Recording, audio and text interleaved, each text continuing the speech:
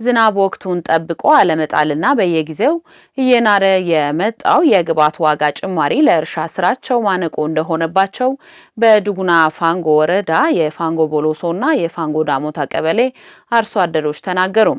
በመሆኑም በወረዳው አስተዳደር የተለመውን ትብብር በማድረግ ችግሩን እንዲቀርፍላቸው አርሶ አደሮቹ ጠይቀዋል። ከግብርና ግብዓት አቅርቦትና ዋጋ ንረት ጋር ተያይዞ የሚስተዋሉ ችግሮችን ለመፍታት በትኩረት እየሰራ እንደሚገኝ ያስታወቀው ደግሞ የወረዳው አስተዳደር ነው። አለማዩ አልቶ ተጨማሪውን ይዞበታል።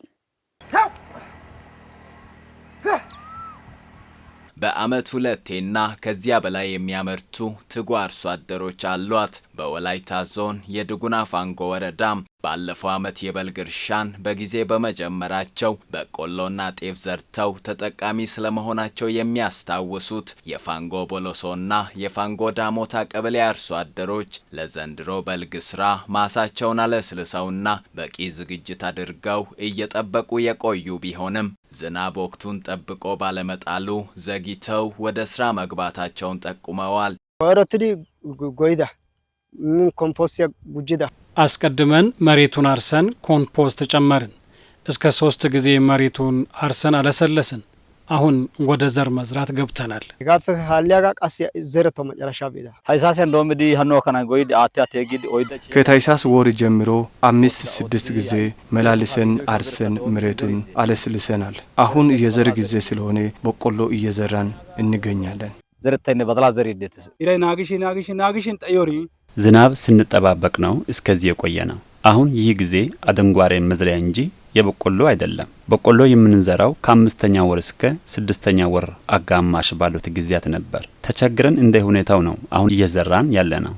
ዘገይቶ ቢሆንም ለመጣው ዝናብ ፈጣሪን አመስግነን ወደ ስራ ነው የገባነው። ይዳ ጋራ ሻማይትኑ ባና ኮይዶ ገጋ የግብርና ባለሙያዎች ሙያዊ ድጋፍ ያልተለያቸው አርሶ አደሮቹ ማዳበሪያና ምርጥ ዘር በጊዜና በተመጣጣኝ ዋጋ ሊያገኙ ባለመቻላቸው የቤት እንስሳትን ሽጠው ባገኙት ገንዘብ ማዳበሪያ ገዝተው ለመዝራት መገደዳቸውን ጠቁመው መንግስት የዋጋ ንረቱን ቢያስተካክልልን የሚል ጥያቄ አላቸው። ማዳበሪያ ያሳተን ሲጎሻንቻ ዘርሰን ማዳበሪያ አሁን ባለው ዋጋ አርሶ አደሩ ጨርሶ የሚደፍረው አይደለም።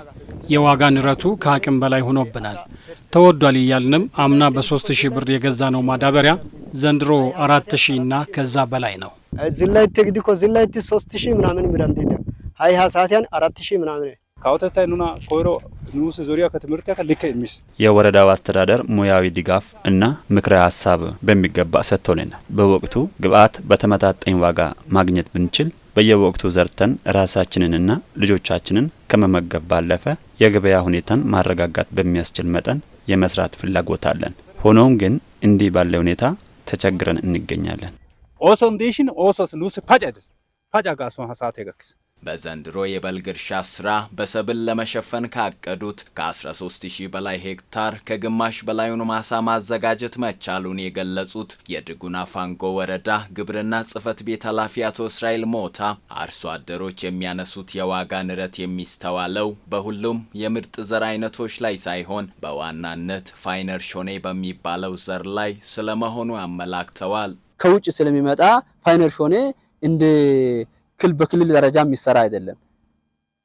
ለየት ያለ ዘርና ውጤቱም ከፍተኛ ከመሆኑ አንፃር አጠቃላይ ግብዓቶች የሚመጡት ከውጭ ስለሆነ ዋጋው የተወደደበት አግባብ እንደዛው ነውና ከግብዓት አቅርቦት ውስንነት አንፃር ያለውን እያቀረበን ነው። የዱጉና ፋንጎ ወረዳ የሚያፈራለም መሬት ያለው መሆኑ ብቻውን የዘርፉን ምርታማነት ሊያሳድግ አይችልም ያሉት የወረዳው ዋና አስተዳዳሪ አቶ በረከት በቀለ ማዳበሪያና መሰል ግብዓቶችን በጊዜ ከማቅረብ ብሎም ከዋጋ ንረት ጋር ተያይዞ የሚስተዋሉ ችግሮችን አስተዳደሩ በሂደት እየፈታ እንደሚሄድ ነው የገለጹት።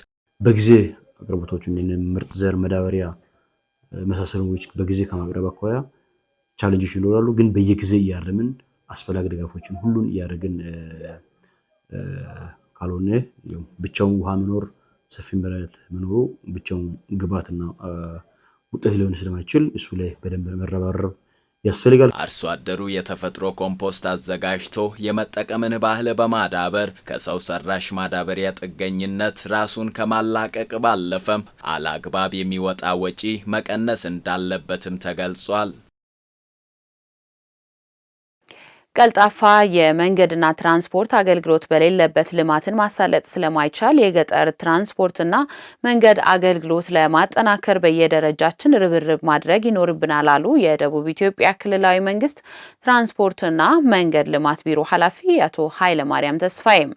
ቢሮ በአዲሱ የሰው ሀብት አሰራር መመሪያዎች በሙስና ወንጀሎችና በስራ ስነ ምግባር ላይ ለዞኖችና ለከተማ አስተዳደሮች ሰው ሀብት ልማት አስተባባሪዎችና ለተቋሙ ሰራተኞች የግንዛቤ ማስጨበጫ በይርጋ ጨፌ ከተማ ሰጥቷል። በመድረኩ የተገኙት የቢሮ ኃላፊ አቶ ኃይለማርያም ተስፋዬ የህዝቡን የኢኮኖሚ እንቅስቃሴ መሰረት በማድረግ በፌዴራልና በክልሉ አቅም በየደረጃው የሚሰሩ የመንገድ ልማቶችን መለየትና ኢኮኖሚን መደገፍ በሚችል መልኩ መገንባት እንደሚያስፈልግ ተናግረዋል። ህብረተሰቡ በመንገድ ልማት ጉዳይ ባለቤት እንዲሆን በማድረጉ ረገድ ክፍተት ያለ በመሆኑ በቀጣይ ትኩረት ሰጥቶ ሊሰራ እንደሚገባ አመላክተዋል። የትራንስፖርት አገልግሎት ዘርፍ ደህንነቱ የተጠበቀ ካልሆነ የሚደርሰው ሰብአዊና ቁሳዊ ጉዳቱ ከፍተኛ በመሆኑ ችግሩን ለመቀነስ በጥናት ተደግፎ እንዲሰራ አሳስበዋል። የጌዴኦ ዞን መንግስት ኮሚኒኬሽን ጉዳዮች ጽህፈት ቤት ነው የዘገበው። ከጎረቤት አካባቢዎች ወዳገኘነው ዝርዝር ዜና ስናልፍ በደቡብ ምዕራብ ኢትዮጵያ ህዝቦች ክልል በጤና ተቋማት የሚስተዋሉ የመልካም አስተዳደር ችግሮችን በመፍታት አገልግሎት አሰጣጥን ማሻሻል ይገባል ሲሉ የክልሉ ምክትል ርዕሰ መስተዳድር ዶክተር ኢንጂነር ነጋሽ ዋጌሾ ገለጹ። የክልሉ ጤና ቢሮ በመንግስት ጤና ተቋማት የአገልግሎት አሰጣጥና የመልካም አስተዳደር ችግሮች ላይ ያተኮረ የንቅናቄ መድረክ በቦንጋ ከተማ አካሂዷል። ለኢትዮጵያ ዜና አገልግሎት ዘገባ ሂሩት የምሩ። በመድረኩ የተገኙት የክልሉ ምክትል ርዕሰ መስተዳድር ኢንጂነር ነጋሽ ዋጌሾ በዚህ ወቅት እንደገለጹት በጤና ተቋማት የሚስተዋሉ የመልካም አስተዳደር ችግሮችን በመፍታት አገልግሎት አሰጣጡን ማሻሻል ይገባል ብለዋል። ከግብዓት አቅርቦት፣ ከጤና ባለሙያዎች ስነ ምግባር መሰል ጉዳዮች ጋር ህብረተሰቡ የሚያነሳቸው ቅሬታዎችን ለመፍታት በየደረጃው ርብርብ ማድረግ እንደሚገባም አሳስበዋል።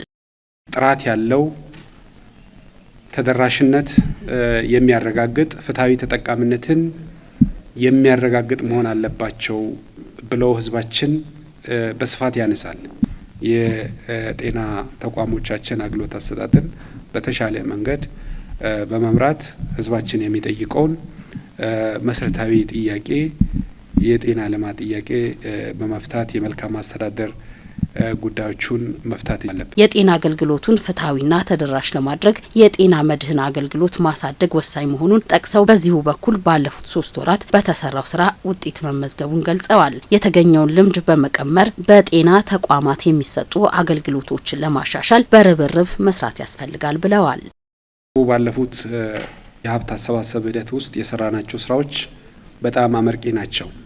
በዚህ ሂደት ውስጥም በተለይ አንዳንድ መዋቅሮች እቅዳቸውን በበቂ ሁኔታ ያሳኩ፣ በዛ ልክ ደግሞ ትኩረት ተሰጥቶ ባልተመራባቸው አካባቢዎች ላይ እጥረት እንደተስተዋለ አይተናል። ስለዚህ ከዚህ ትምህርት ወስደን አሁን በማህበረሰብ አቀፍ ጤና መድህን አገልግሎት ላይ ያየነውን አይነት ንቅናቄ በሆስፒታሎቻችን፣ በጤና ጣቢያዎቻችን አገልግሎት አሰጣጥን ለማሻሻል በሚደረገው ጥረት ማድረግ አለበት። የክልሉ የጤና ቢሮ ኃላፊ አቶ ኢብራሂም ተማም በበኩላቸው ለዜጎች ጥራት ያለው የጤና አገልግሎት ለማዳረስ የጤና መድን ወሳኝ መሆኑን ነው የገለጹት። ለዚህም በበጀት ዓመቱ የጤና መድን ምጣኔን ለማሳደግ የነባር አባላትን መታወቂያ የማደስና አዳዲስ አባላትን ለማፍራት ትኩረት ተሰጥቶ እየተሰራ መሆኑን ተናግረዋል። በዚህም በክልሉ 421541 እማወራና አባወራዎችን የጤና መድን አባል በማድረግ የህብረተሰብ አቀፍ የጤና መድን ምጣኔን አምና ከነበረበት 55 በመቶ ወደ 75 በመቶ ማሳደግ ተችሏል ብለዋል።